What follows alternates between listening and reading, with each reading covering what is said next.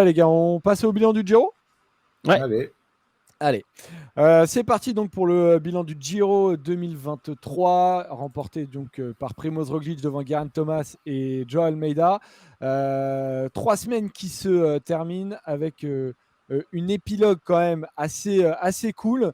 Déjà, c'est le premier truc qu'on peut noter, les gars, c'est que ça a été plus cool à la fin qu'au début, Polo. Et ça, au moins, on prend ça au moins.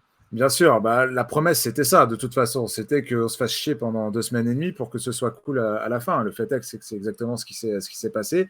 On a eu vraiment un dernier triptyque dans les Dolomites très sympa, même jusqu'à Rome, avec la victoire de Mark Cavendish, qui était quand même une belle histoire.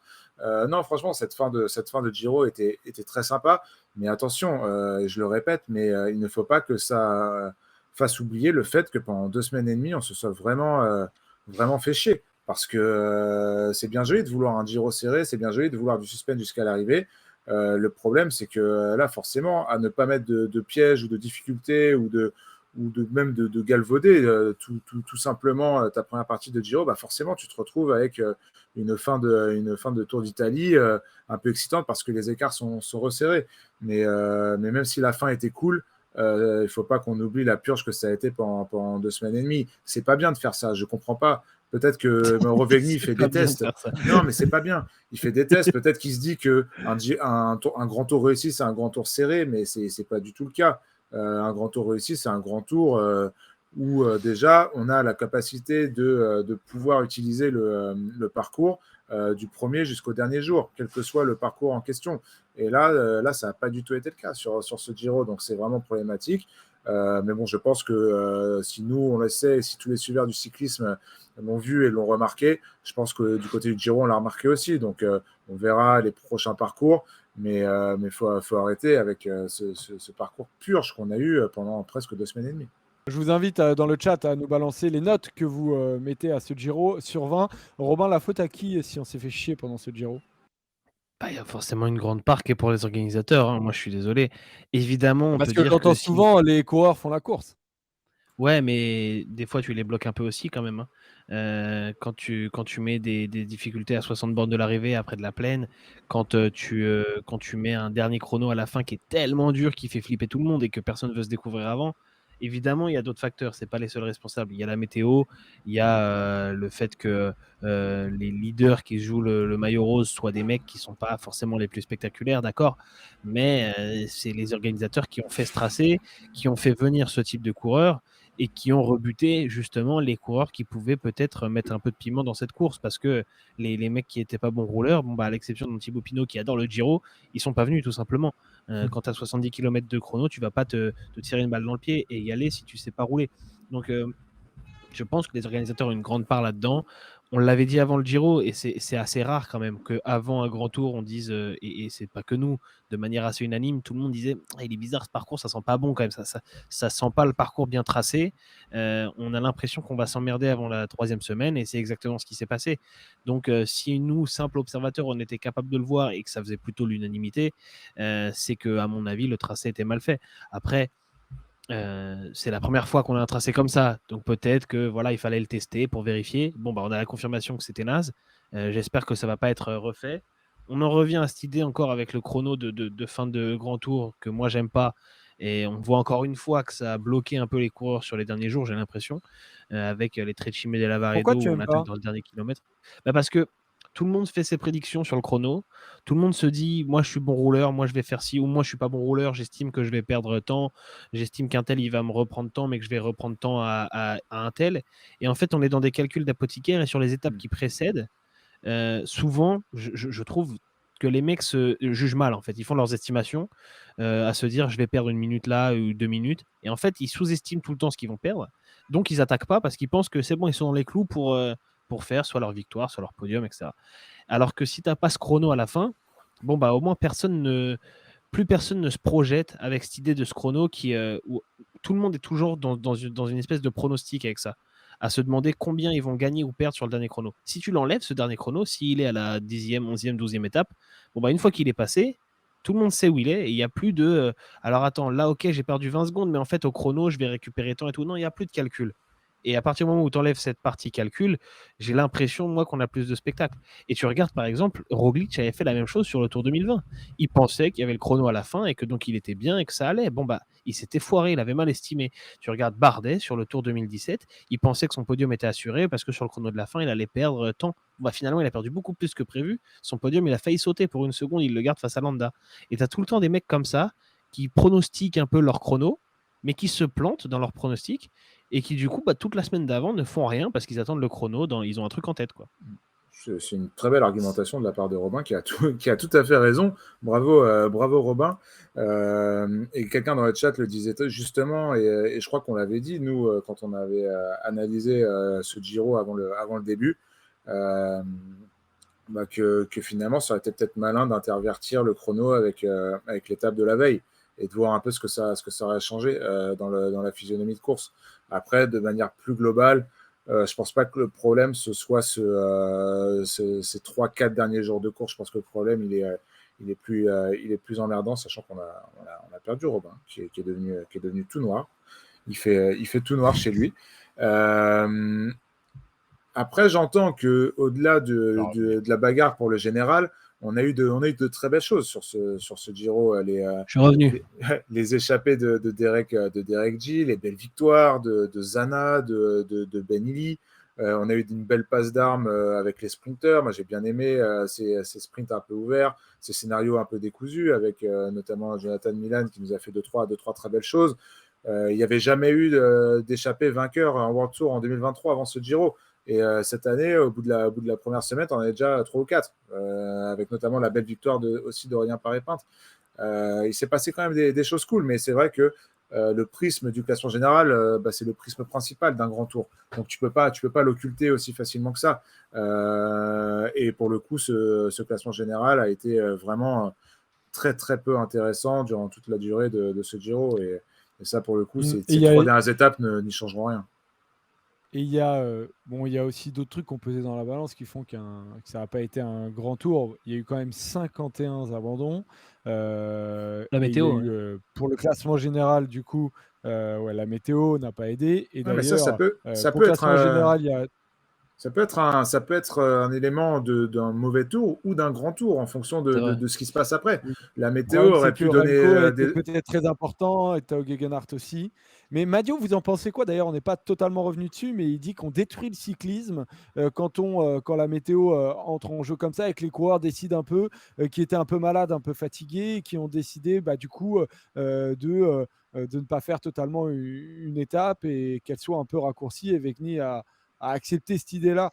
Vous en avez pensé quoi de ce que disait Madio? Est-ce que pour vous, les coureurs sont devenus un peu, ce qu'il dit en demi-mot, c'est que les coureurs sont devenus des chochottes et qu'il ne verra plus en gros de Liège-Bastogne-Liège à la Bernard Hinault, quoi.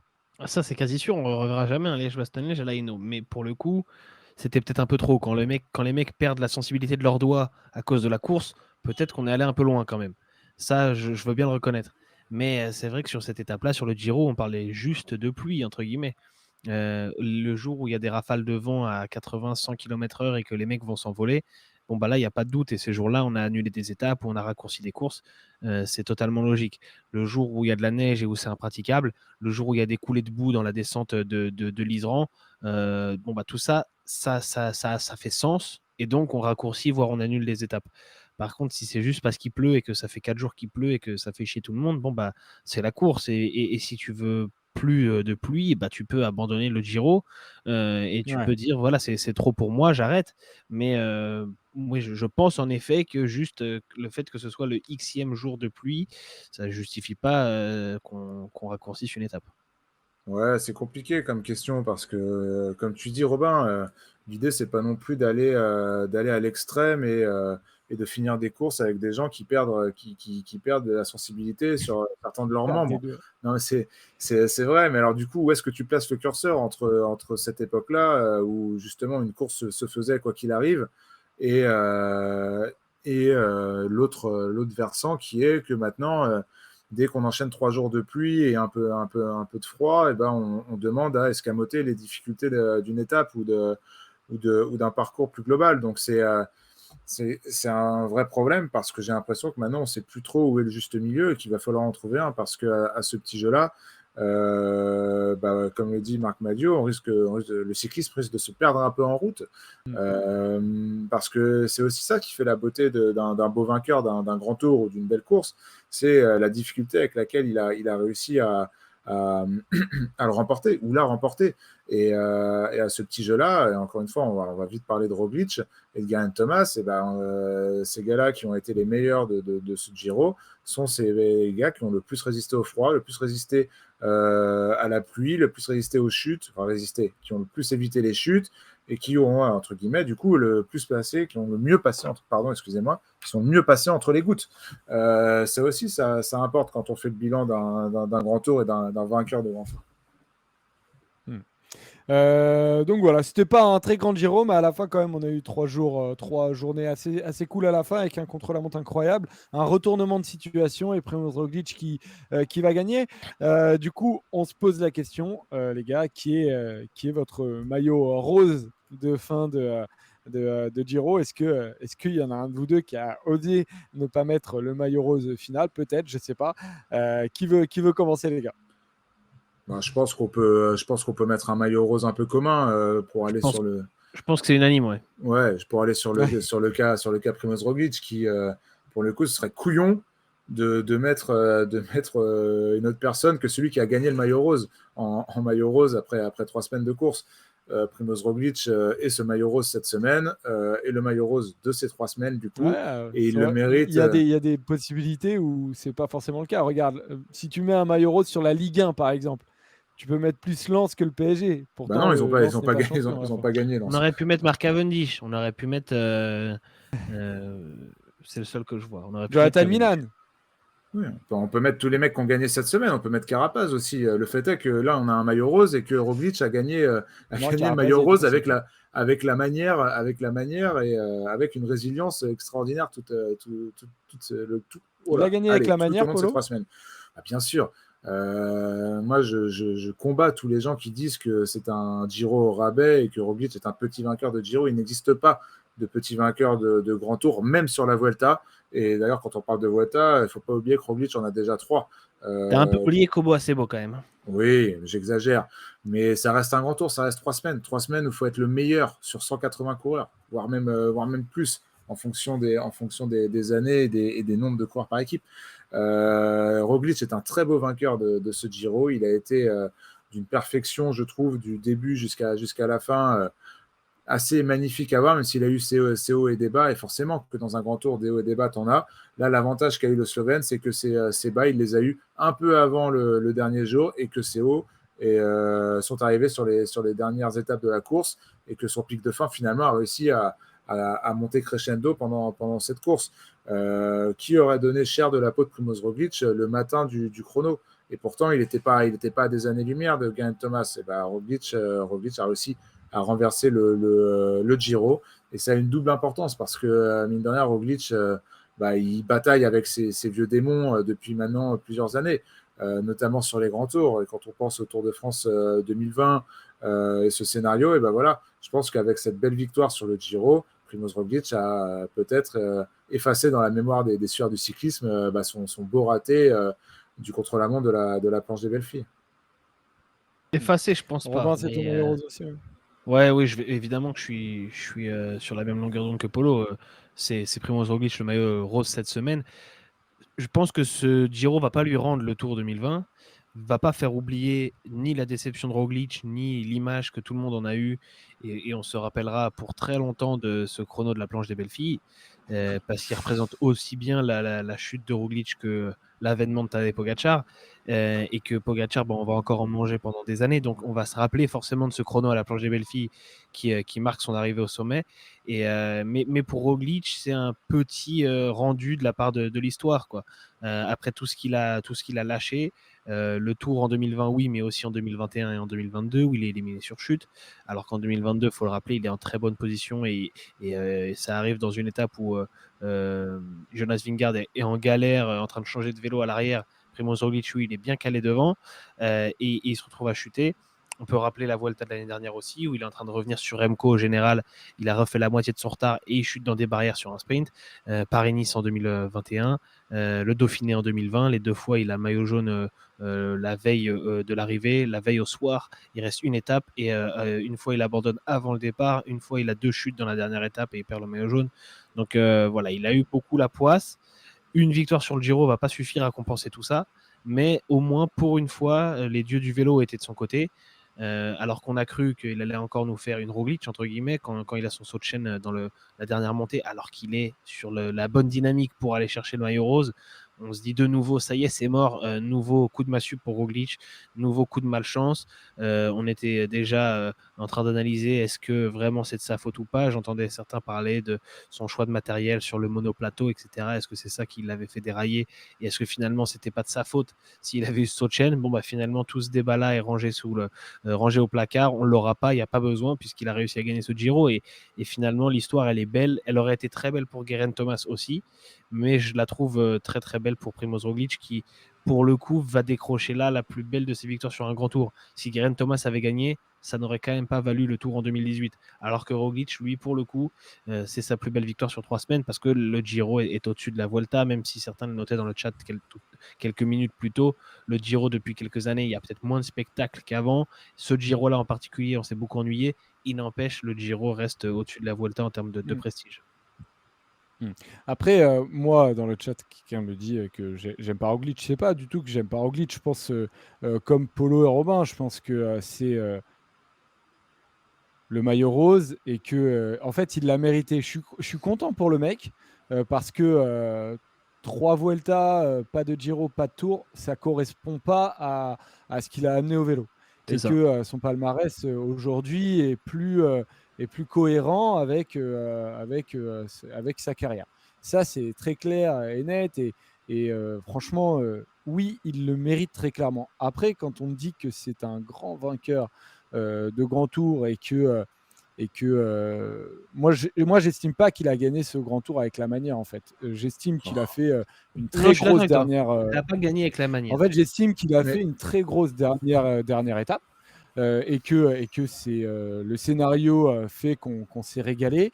Maintenant, avant le Giro, et c'est peut-être aussi en fonction des attentes que j'avais envers Primoz Roglic, parce que moi j'estimais qu'il devait combattre avec Remco Evenepoel, et à la fin, je pense que Remco Evenepoel, ce Primoz Roglic là, l'aurait battu, et surtout, il se retrouve à attendre la dernière étape et à battre Geraint Thomas, que certains n'imaginaient même pas leader total de son équipe.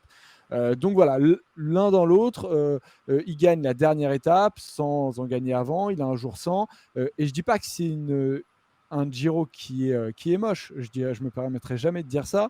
Maintenant, je pense effectivement qu'il y en a des plus beaux que les autres, des vainqueurs, et je me souviendrai, je pense, dans l'histoire beaucoup plus du Giro de Richard Carapaz, de Tom Dumoulin, que de celui de Primoz Roglic, qui le mérite amplement, mais voilà, qui m'a pas du tout fait rêver. Je pense pas que quelqu'un peut dire qu'il a rêvé, qui se souviendra de ce Giro de Primoz Roglic au-delà de sa victoire. Peut-être de la dernière étape, sais, mais moi c'est tout, quoi. je te trouve hyper dur, Joseph.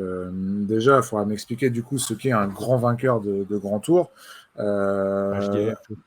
À partir du moment où un favori du Giro gagne le Giro, quelle Non, mais que soit la quand on parle manière, de la avec manière, Polo, c'est vrai que Carapaz 2019 et Roglic 2023, c'est pas tout à fait pareil. mais la manière, Roglic, c'est le premier de tous les attaquants, de tous les favoris du Giro à attaquer, alors qu'en plus, il n'avait pas du tout le profil pour le faire.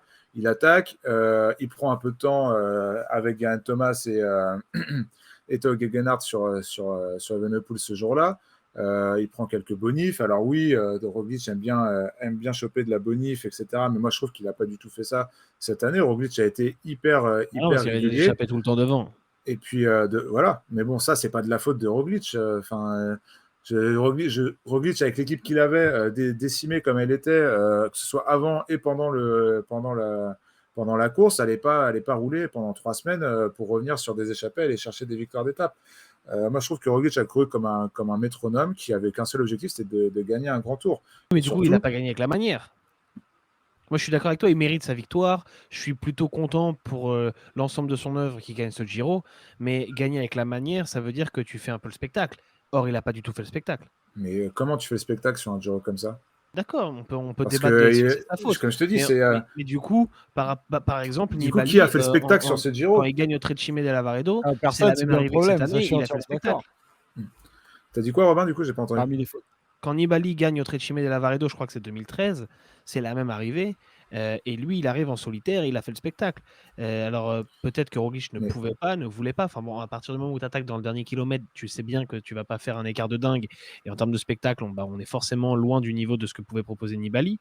Mais ce que je veux dire, c'est qu'une victoire avec la manière, pour moi, c'est une victoire spectaculaire où tu as dominé au moins en termes de victoire d'étape, en termes de jours avec le maillot de leader, au moins l'un ou l'autre, et où finalement ta victoire elle est marquante, pas uniquement parce qu'elle représente, elle est marquante parce que dans les faits elle est chercher une victoire dominatrice. Ça peut être Nibali sur le Tour 2014, ça peut être les années Froome, ça peut être Pogacar en 2021. Voilà, ça c'est des victoires avec la manière. Même Vingegaard l'année dernière, c'est une victoire avec la manière sur le Tour. Là, la victoire de Roglic, je trouve que c'est une victoire qui se rapproche de celle de Jay Hindley sur le Tour un an avant ou de Tao Gegenhardt en 2020, qui sont des victoires sur le gong. Elles sont pas imméritées, mais dire que c'est avec la manière, moi j'ai un peu du mal, parce que c'est pas des mecs qui ont porté la course pendant plusieurs jours, plusieurs semaines. ouais, moi, j'ai du mal avec cet aspect de parler de manière quand tu viens de faire 3 semaines de grand tour et que tu gagnes ce grand tour, sachant que tu fais surtout, je pense, avec tes capacités physiques et tes aptitudes. Ah oui, c'est peut-être pas de sa faute, mais du Euh, coup il a c'est vrai gagné, que il a c'est gagné vrai que normal, si on pas a avec la manière. c'est vrai que si on attend de Primoz Roglic qu'il fasse des longs raids solitaires à la Nibali, Pogacar ou je sais pas, même Christopher Froome, les grands coureurs, Ah, mais Roglic n'a dominé aucune arrivée au sommet, Polo. bah oui, il fait avec ses forces, c'est ce que je te dis. Oui, mais du C'est coup que c'est de quoi un, avec la manière? il fait avec ses capacités physiques, et de deux, il fait avec aussi ses qualités. C'est ça que je veux dire. Alors peut-être que le spectacle, au niveau spectacle, c'est pas la folie, mais il va pas devoir venir se justifier après avoir gagné un grand tour de gens qui lui demandent d'attaquer plus, parce Oui, qu'à mais la du coup, fin, quand tu dis il a il eu a ce qu'il gagné avec voulait. la manière, c'est quoi que S'il t'entends? S'il attaque, parce qu'il l'a gagné, tout simplement. Moi, je trouve que chaque coureur qui gagne un grand tour, que ce soit Giro ou Tour de France, c'est un coureur qui a gagné avec la manière. Parce que déjà, l'exploit est extraordinaire. Et si en plus on veut parler de manière, moi, je trouve que c'est tellement incohérent avec une performance sur 3 semaines, sauf si forcément, comme un Pogacar l'a été, comme un Froome l'a été, comme un Nibali l'a été sur notamment, tu citais le tour 2014.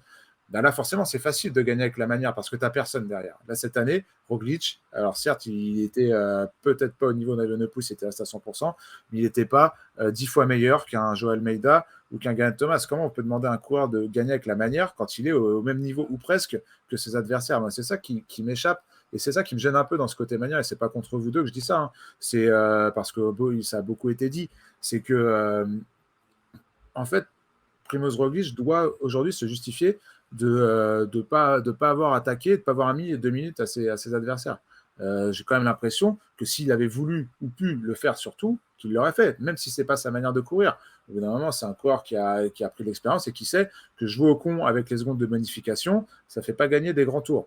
Mais après, au final, quand on voit sa manière de courir, qui est une manière de courir, même s'il a eu beaucoup de galères, c'est une manière de courir qui marche quand même plutôt bien, étant donné que c'est un coureur qui a gagné presque toutes les courses sur le tour d'une semaine, sauf le Tour de Suisse, qui a gagné 2 des 3 grands tours, dont un 3 fois.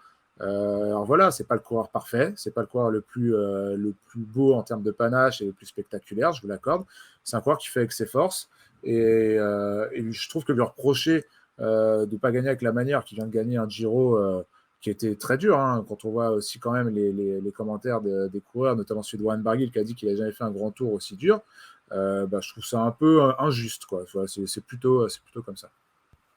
Ça s'entend. Roglic, est-ce qu'il peut être co-leader sur le Tour, les gars? Il en a parlé dans ses interviews post-Giro. La question lui a été posée, notamment interview dans l'équipe, est-ce qu'il va courir le Tour? Il dit en fait, je ne sais pas. Évidemment, on sait tous qu'il manque à mon palmarès, mais j'ai toujours dit que j'avais déjà gagné beaucoup de courses et Ce qui m'arrive maintenant n'est que du bonus. On verra. Je ne suis pas du tout stressé par ça. Je veux d'abord profiter de cette victoire et on verra ensuite ce que la vie me réserve encore. Est-ce que, du coup, Primoz Roglic, vous le voyez aller sur le Tour de France parce que et être en capacité, être co-leader? J'imagine que si Non. Roglic va sur le Tour, il ne peut pas se permettre d'être simplement un grégario pour Jonas Vingegaard, quoi. Si, il peut. Moi, je pense qu'il peut. Il peut? C'est quasiment impossible d'enchaîner Tour et Giro, Giro et Tour, pardon. Si Tom Dumoulin n'a pas réussi, si Chris Froome n'a pas réussi à gagner les deux, si Contador n'a pas réussi, je vois pas comment ce serait ce Primoz Roglic qui quand même n'est pas aussi dominateur qu'il y a quelques années et qui va devoir se confronter à la fois à Pogacar et à son propre coéquipier Vingegaard au mois de juillet, qui eux n'ont préparé que ça, même si on en a parlé tout à l'heure, Pogacar a un petit retard dans sa préparation à cause de sa blessure. Je vois pas comment Primoz Roglic pourrait aller jouer la gagne sur le Tour de France. Pour moi, c'est tout bonnement impossible. Du coup, tu le vois aller sur le Tour ou pas? Ouais, je le vois aller sur le Tour, mais dans un rôle de lieutenant, ou alors je sais pas en fait, parce qu'il peut aussi viser la Vuelta en fin de saison. Si moi j'étais Jumbo Visma, je ne le prendrais peut-être pas en tout cas, je le laisserais se concentrer sur autre chose, parce qu'en fait l'année dernière il arrive sur le Tour, il a eu un rôle de lieutenant, de coéquipier de luxe, mais en fait les autres ne pouvaient pas le savoir, ne pouvaient pas savoir à quel point il avait été touché par sa chute, etc. Il se présentait au départ du Tour sans avoir fait le Giro, et donc comme un leader potentiel. Là, en arrivant avec le Giro dans les pattes, tout le monde sait qu'il n'est pas un candidat pour le maillot jaune. Pour moi, c'est impossible. Aujourd'hui, ceux qui peuvent tenter le doublé Giro Tour, c'est Pogacar et Vingegaard. Les autres, c'est pas possible. Ils sont pas assez dominateurs. Donc, pour moi, s'il va sur le Tour, il est évidemment cantonné à un rôle de coéquipier. En plus, tout le monde le sait, donc il n'y aura pas l'effet de surprise qu'il y a pu avoir l'année dernière. On se rappelle l'étape du Granon, Pogacar ne savait pas trop qui suivre, et donc il a suivi les deux, Roglic et Vingegaard, et c'est comme ça qu'il se fait piéger. Bon, bah, cette année, il n'y aura pas, parce qu'en fait, Roglic n'est pas un candidat pour le maillot jaune s'il va sur le Tour de France. Donc peut-être que le plus intelligent, c'est de se passer de lui et de le garder pour la fin de saison. Le meilleur argument pour Roglic sur le Tour de France, pour moi, ça tombe bien parce que c'est eux qui décident, c'est que je pense qu'il peut être capital pour la Jumbo-Visma. Parce que, et on l'a vu l'année dernière, tu fais bien d'en parler, Robin. Alors certes, c'était quand même un fait de course assez extraordinaire, mais un Pogacar qui doit surveiller Roglic et Vingegaard, c'est pas un Pogacar qui doit surveiller que Vingegaard. Alors certes, ce sera compliqué de voir le scénario de l'an passé, mais par contre, tu ne peux pas te permettre de laisser Roglic attaquer au pied d'une dernière montée et de le laisser prendre du temps. Tu ne peux pas laisser Roglic 2, 3, 4 minutes quand tu es avec Pogacar. Et à ce petit jeu-là, peut-être que la Jumbo peut encore jouer pas avec deux leaders, mais avec un leader qui est Jonas Vingegaard et un Roglic en espèce d'électron libre, mais qui peut un peu foutre la merde dans le classement général et faire un peu paniquer le Team UE, comme ils ont réussi à faire dans d'autres circonstances l'an passé. Donc je pense que le seul Ouais, mais je crois qu'il n'y aura intérêt... plus trop de doutes, tu vois. Je crois que, je sais pas, j'imagine pas Pogacar sauter dans la roue de Roglic à la moindre attaque.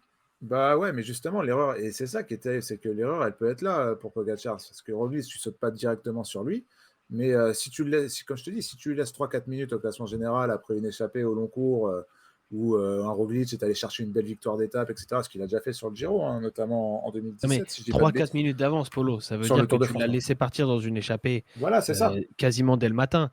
Bon, dès le matin, tu as ton équipe qui peut rouler pour le maîtriser. Ça, il n'y a Oui. pas de souci. La question de à quel moment tu dois suivre Roglic, c'est plus à un moment où tu es que entre leaders. Et à partir du moment où tu es que entre leaders, si tu décides de laisser filer Primoz Roglic, même s'il prend un peu d'avance, il va pas te prendre 4 minutes en une étape. D'accord, mais alors là, bon, on est dans de la fiction, mais si Roglic attaque à chaque étape de montagne le matin, Mais tu as ton équipe ça pour peut rouler être le une matin. stratégie d'agressivité, Tu le laisses pas partir, tu as ton équipe. d'harcèlement, etc. Et Oui, mais il l'équipe, n'y a, elle pas ne que va pas rouler Pogacar. pendant 3 semaines non plus. Mais il n'y a pas que Pogacar, les autres aussi vont, tu sais comment ça marche, vont Oui, bien protéger une sûr. Ou place au alors général. Roglic, il se fait un tour du Pays Basque début de semaine et ça, il sait faire, hein. Moi, Il connaît la c'est région. vrai que ce Il aime sera la bien. région en plus. Mais, Je sais mais en pas, vrai, j'ai du mal à imaginer que ça on est, puisse fonctionner comme ça. on est parti Voilà. loin Mais ça va être un on est parti dossier, loin dans ça la va être un question. dossier intéressant. Mais oui, Bah ouais, bah, parce que pour finir franchement, là-dessus, c'est un débat intéressant.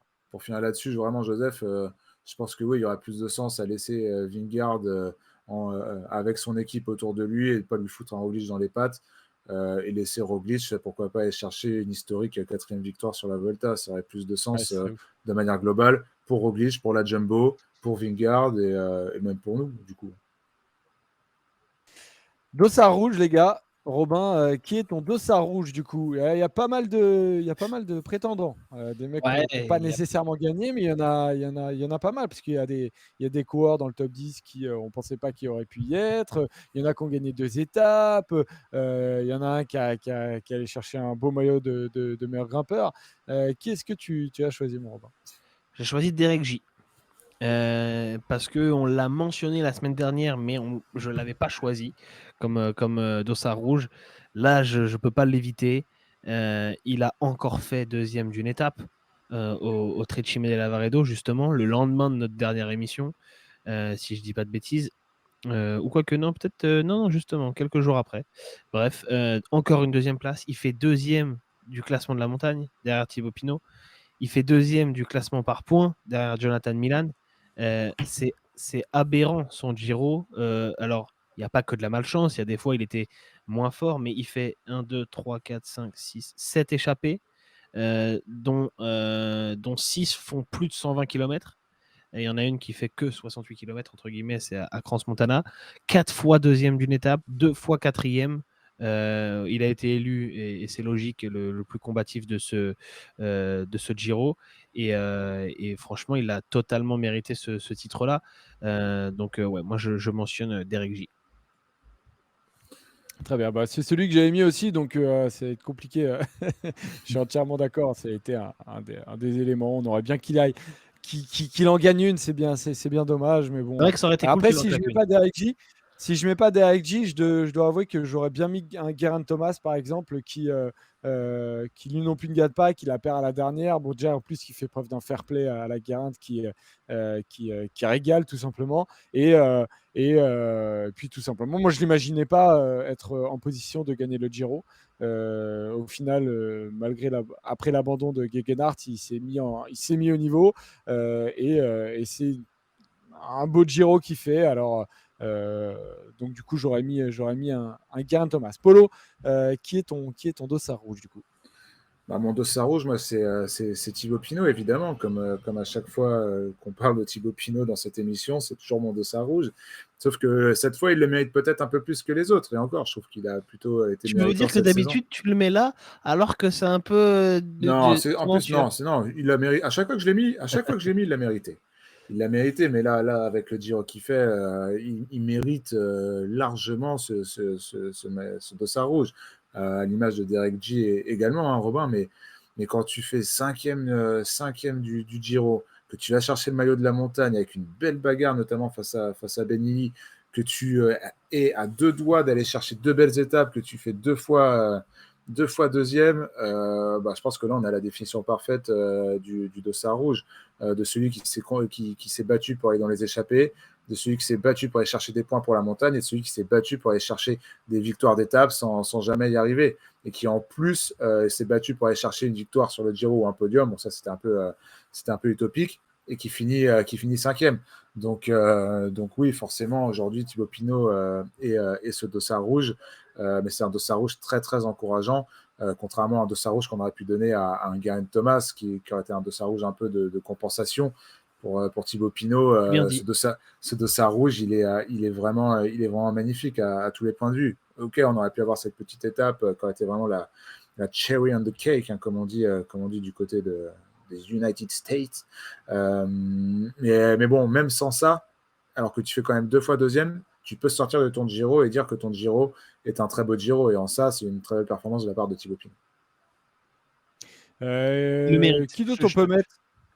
Il le Comment? mérite, ouais, non, bah, assez clairement, Bien il le sûr. mérite. Geraint Et C'est Thomas, ce que tu veux dire. c'est un truc dont on a parlé pour rebondir sur Pinot. On en a parlé hier sur Winamax, mais je voulais quand même le redire. C'est que pour moi, même s'il n'avait pas eu le maillot de meilleur grimpeur et même s'il n'avait pas fait 5e au général, mais 7e par exemple, ça aurait quand même été un Giro très réussi pour lui et il aurait quand même mérité d'être ce dossard rouge parce qu'il nous a donné des émotions incroyables. Et on a parlé tout à l'heure longtemps de l'ennui de ce Giro, du fait qu'on s'est beaucoup ennuyé quasiment jusqu'au dernier chrono. Et en fait, très souvent, c'est Thibaut Pinot qui nous a sorti de cet ennui-là. Alors, on a eu quelques déceptions, il y a eu des émotions un peu contraires parce que Pinot a fait 2 fois deuxième et on a été très, très frustrés ces jours-là, surtout vu la manière dont ça s'est fait à chaque fois. On a eu tout le drama autour de l'épisode Pinot Cepeda Rubio, mais honnêtement, quand tu vois ce qu'il a fait aussi bien sur ces étapes où il est allé en échappée à Crans-Montana et à Val d'Isoldo, aussi bien sur l'arrivée au Trecime de Lavaredo où il est avec les favoris, il gagne une place au général, et sur le dernier chrono où il sort un chrono monstrueux et où il a quand même le meilleur temps provisoire pendant un moment. Il nous a donné des émotions vraiment inespérées. En tout cas, à titre personnel, j'imaginais pas que son Giro soit aussi dingue, qu'il soit capable de jouer sur les 3 tableaux. En plus, étape, maillot de meilleur grimpeur et général. Il manque certes une étape, mais il a réussi à jouer sur les 3 tableaux. Et ça, je trouve ça assez dingue. Il n'y a vraiment pas beaucoup de coureurs qui réussissent à le faire sur des grands tours. Et quand on pense à des Français qui font ça, bon, on pense à Warren Barguil sur le Tour 2017, mais c'est sans doute le dernier.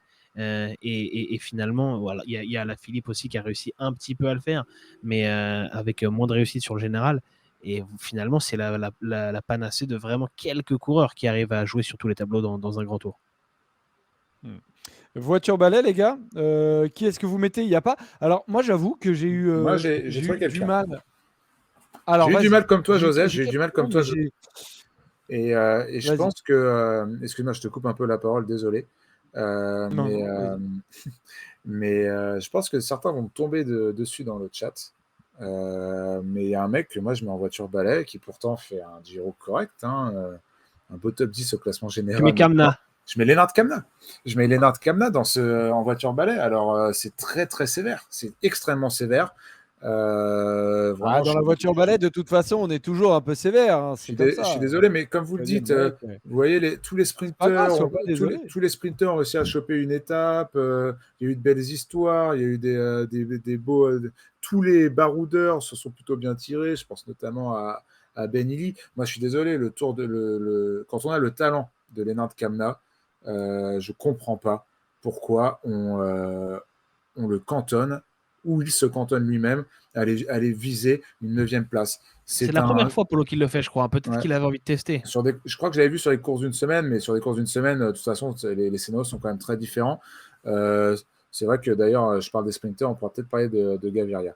Mais N'en dis pas trop, Polo.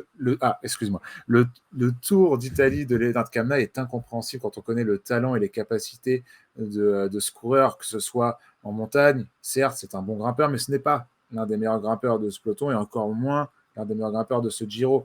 Mais par contre, c'est un coureur de talent qui sent les bons coups, qui est un excellent finisher, qui sait gagner des étapes, quelles qu'elles soient, sur quel que soit le terrain. Sur un Giro comme ça, en plus, tu avais l'opportunité, parce que le peloton et les favoris ont laissé des opportunités pour aller chercher de belles étapes. Certes, tu t'es dit que ton leader était out et que peut-être toi, c'était ta chance de prouver que tu étais un coureur de classement général et peut-être que tu en seras un jour. Le fait est que pour l'instant, je trouve que tu t'es trompé tout simplement d'objectif sur ce Giro et que d'un Giro où tu aurais pu aller claquer une ou deux étapes assez facilement, je pense, et ben, tu te retrouves à un Giro passé dans la transparence la plus totale, dont on ne retiendra absolument rien. Et je trouve ça un peu triste de la part d'un coureur avec un tel talent et avec une telle maîtrise de la course et de la gagne de manière assez habituelle. Donc, je suis un peu frustré du Giro de Lennart Kamna.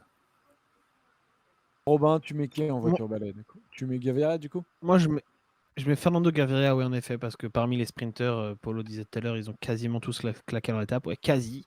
Mais pas Fernando Gaviria, qui pourtant avait gagné en Romandie. On s'était dit, c'est le bon moment pour se réveiller, parce que je crois que c'était sa première victoire World Tour de la saison. Il avait jusqu'ici fait quelques accessites de deuxième à l'UAE Tour, troisième Tirreno, etc. Mais là, moi, j'avais l'espoir qu'il claque une étape, surtout que le plateau de sprinter n'était pas monstrueux entre nous. Donc finalement, il termine ce Giro avec 4 sprints disputés seulement. Donc parfois, même quand il y a eu des sprints à faire, il n'était pas là parce que largué, parce que pas placé comme il fallait. Il fait au mieux 5e à Naples. Donc voilà, c'est vraiment pas un Giro incroyable pour Gaviria. Et parce que aussi, en fait, sur le classement général, j'ai trouvé personne à mettre. Je trouve que Polo, ce serait justifié de mettre Kamna si c'était le 5e grand tour qui nous faisait dans ce mode-là. Mais en fait, Kamna, on l'a très souvent connu justement comme un mec qui allait chasser les étapes et qui était très souvent à l'offensive. Et ça a plutôt bien marché pour lui ces dernières années comme ça. Je ne suis pas choqué qu'il essaye justement encore plus l'année où Vlasov se retrouve out, qu'il essaie d'aller faire un bon classement général pour voir ce que ça donne. Je serais déçu s'il insiste alors qu'il n'arrive jamais à faire mieux que 9e. Là, oui, ce sera décevant. Mais il fallait bien qu'il teste une fois pour voir ce qu'il vaut dans cette configuration-là. Et finalement, quand je regarde le classement général, j'ai l'impression que tout le monde est plutôt à sa place, qu'il y a quelques belles surprises aussi, comme Arensman, comme Dunbar, comme Leknesund, mais pas vraiment de mauvaises surprises, en dehors des mecs qui n'ont pas eu de chance et qui ont abandonné, que ce soit Evenepoel, Vlasov, Tao, etc. Donc voilà, c'est pour ça que je suis allé chercher du côté des sprinters pour trouver quelqu'un à mettre dans la voiture balai. On est complètement d'accord avec Robin pour finir sur Kamna. Il a raison, il fallait essayer. Il a essayé et je pense que c'est pas très concluant, que ce soit en termes de résultats et en termes de plaisir, je pense, sur ces 3 semaines. Voilà, j'espère que soit qu'il progresse monstrueusement en montagne et en régularité, soit qu'il revienne au Lennart Kamna qu'on aime depuis le début de sa carrière. Voilà pour la voiture balai, les amis. Il y a noté quelques noms aussi en plus. Alors effectivement, j'avais noté Gaviria.